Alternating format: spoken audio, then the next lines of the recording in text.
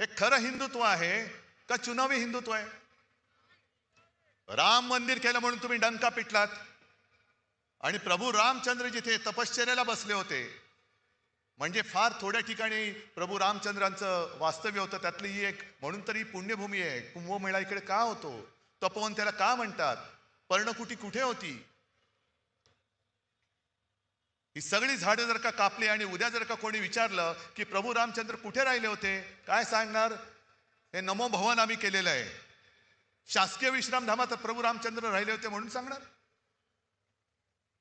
संपूर्ण सत्यानाश करायचा, धर्माची एक पट्टी अशी लावायची की सगळे अंधभक्त झालेत आणि एक असा काही तुमच्यावरती संमोहन करायचं, मोहिनी टाकायची की स्वप्नात गुंगवून टाकायचं. देवेंद्र फडणवीस ज्यांनी एक शहर दत्तक घेतलं होतं, राज बरोबर बोलला. अरे ज्यांना राजकारणामध्ये पोरं होत नाही त्यांना आमची पोरं दत्तक घ्यावी लागतायत, हे काय शहर दत्तक घेणार?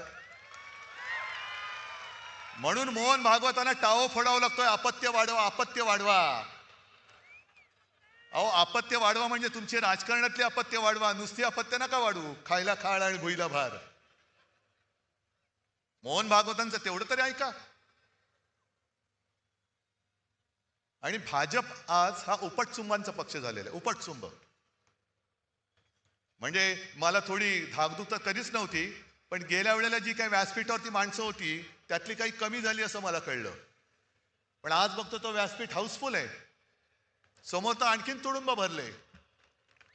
अरे आमच्याकडे पोरांचा तोटा नाहीये, अस्सल निष्ठावान अजूनही इथेच आहेत. म्हणजे आम्ही मोठी केलेली माणसं गेली असतील, पण ज्यांनी मोठी केली ती साधी माणसं आज देखील आमच्या सोबत आहेत.